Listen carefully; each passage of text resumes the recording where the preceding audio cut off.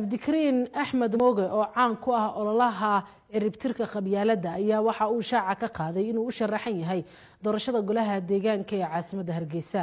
Xamse Dabaare ayaa warkan Hargeysa ka soo diray. siyaasi Cabdikariin Axmed Mooge oo ah siyaasi madax bannaan horena u soo ahaa wasiir ku-xigeenka qorsheynta qaranka Soomaaliland ayaa shaaciyay inuu ka qayb galayo musharax u tartamaya golaha deegaanka ee caasimadda Hargeysa sidoo kalena haddii uu ku guuleysto jagadaasi xildhibaannimo u tartami doona maayarka caasimadda Hargeysa. waxaynu si rasmi ah ugu dhawaaqaynaa inaynu dadkeena u sheegno inaan isu sharaxi doono golaha deegaanka caasimadda Hargeysa doorashadan soo socota.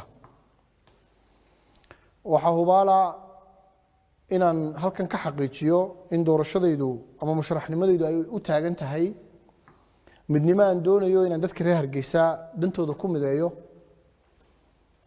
ammaano aan rabo inaan ummadda u ilaaliyo ammaanadeeda ay dhiibato, karti iyo dadaal aan rabo inaan nafta ugu huro inaan Hargeysa horumarino, higsi ka soo unkamay ilaa yaraantii oo ahaa maxay Hargeysadan ugu eg tahay, maxay Hargeysa ugu ekaan weyday.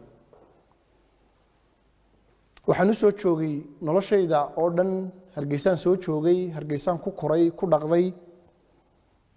intaan noolaa waxaan maqlayaa cabashooyin fara badan oo ka imanaya dadka reer Hargeysa. waxaan mid si fiican u fahamsan dadku waxay ka cabanayaan. waxaan ahay mid u soo joogay oo indhihiisa ku arkay dhibaatooyinka jira. waxaan mid ka fikiray sida dhibaatooyinka wax looga qaban karo. waxaan isleeyahay waxaad sidee xalal waaritaan leh iyo higsigii Hargeysa lagu bedeli lahaa ee lagaga dhigi lahaa magaalo tartan la geli karta caasimadaha kale ee Geeska Afrika. hore ayaan u sheegay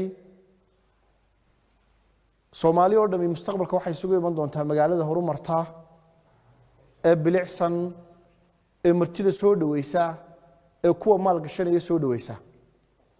waxaanan jecelahay inaan ka mid noqdo dadka Hargeysa ka dhigaya in ummadda halkan la isugu keeno oo ay noqoto magaalo horumarsan, bilicsan, nidaamsan, nadiifa, cagaaran oo qof kastoo reer Hargeysa uu ku faraxsanaado inuu ka soo jeedo magaaladan qiimaha leh ee taariikhda leh.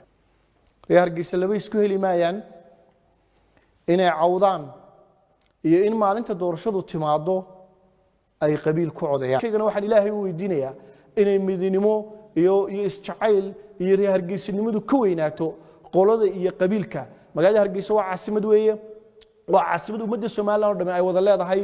dadkii hore u deganaana waa reer Hargeysa, qofkii cusub ee gobolka ka soo guuray ee dhistay ee degayna waa reer Hargeysa. midnimo markaa kuwaana laga dhex dhalinaya. qofka reer Hargeysa macnaheedu ma aha qabiil ma aha oo qolo ma aha. caasimadan qof kastoo doono inuu dego oo maal gashado ayaa reer Hargeysa. insha Allah taala khayr baan u rajeynayaa ummadayda, wanaag baan u rajeynayaa ummadayda, Soomaaliland dhammaan guul u rajeynayaa.